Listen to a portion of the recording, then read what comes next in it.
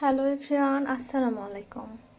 আজকে সন্ধ্যাবেলা একটু মন চাচ্ছিল ভাপা পিঠা বানাই, তো তার জন্য আটাটা ঠিকঠাকভাবে চেলে নিচ্ছিলাম আর কি, ভিজিয়ে ঢাকার মধ্যে দিয়ে। তো এখানে কিছুটা পরিমাণে আটা রাখা হয়েছে, তারপরে এখানে কিছুটা রাখছি। তো পিঠা অলরেডি একটা বসাইছি আর কি, তো দেখা যাক কেমন হয়। আর পিঠা বসাইতেছিলাম কাঠের এই ছোট্ট আমার মেয়ের খেলনার বাটির মধ্যে। ছোট বাটি ছিল না আমার কাছে, তো এটাতেই বসাচ্ছিলাম, ভালোই হচ্ছিল। তো আরেকটা পিঠা বানাই, কেমন হয়। এক হাত দিয়ে ভিডিও করতেছিলাম, এক হাত দিয়ে পিঠা বানাচ্ছিলাম। ফার্স্টে আটাটা দিয়ে দিই, একটু ছোট করেই বানাচ্ছিলাম আর কি। তারপরে গুড় দিয়ে দিচ্ছিলাম আর কি। গুড়টা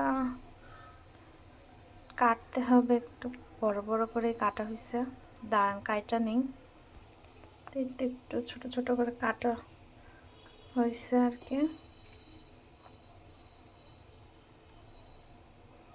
আর একটু আটা দিয়ে ঢেকে দিলাম। ভাপা পিঠা তো সবাই বানাইতেই পারেন, সবাই জানেন কিভাবে বানায়।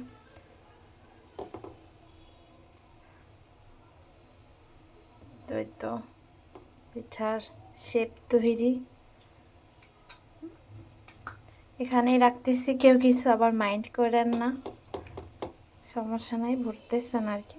যেহেতু এটা অনেক পরিষ্কার করে নিয়েছি, এখানে রেখে করতেছিলাম আর কি। তো প্রথম পিঠাটা কেমন হয়েছে সেটা এবার দেখব, একটু খুলে দেখে নেই কেমন অবস্থা। আর একটু হইতে হবে, একটু কাঁচা কাঁচাই মনে হচ্ছে, তার একটু হোক আর কি। তো এই ফাঁকে আমি চালটা আবার ঝাঁকার মাধ্যমে ঝেড়ে ইয়া করে নিচ্ছি আর কি, অল্প একটুই আছে। ভাপা পিঠাটা আমার খুব ভালো লাগে শীতের পিঠার মধ্যে। আর রসে ভিজানো পিঠার মধ্যে কুশলা পিঠা যেটা রসে ভিজায় ওইটা ভালো লাগে, চিতই পিঠার থেকে কুশলা পিঠা রসে ভেজানোটাই বেশি মজা লাগে আমার কাছে।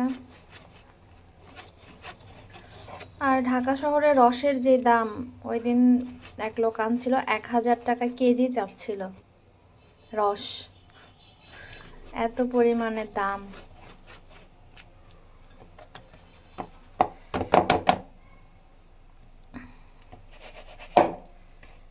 তো আটাটা আমার একদম পারফেক্টলি হয়েছে। অনেকের দেখা যায় আটা এরকম মাখতে গিয়ে হয় পানি বেশি হয়ে যায়, পানি কম হয়ে যায়, তো আমারটা মাশাল্লাহ পারফেক্টলি হয়েছে।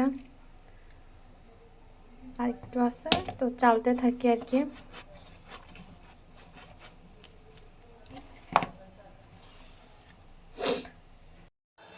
দেখে এবার পিঠাটার কি অবস্থা। এই তো মাশাল্লাহ হয়ে গেছে, নামাই নিব। অনেকটাই গরম, সাবধানেই করতে হবে। ও বাবা,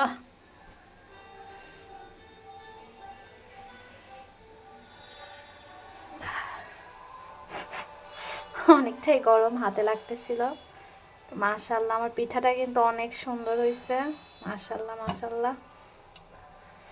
ছোট্ট খাট্ট একটা পিঠা, গুড়টা বের হয়ে আসতেছে। তো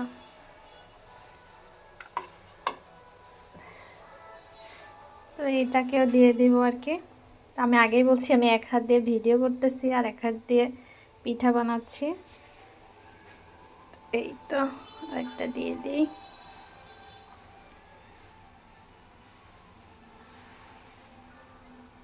তো সুন্দর একটা শেপ আসতেছিল আর কি বাটিটাতে।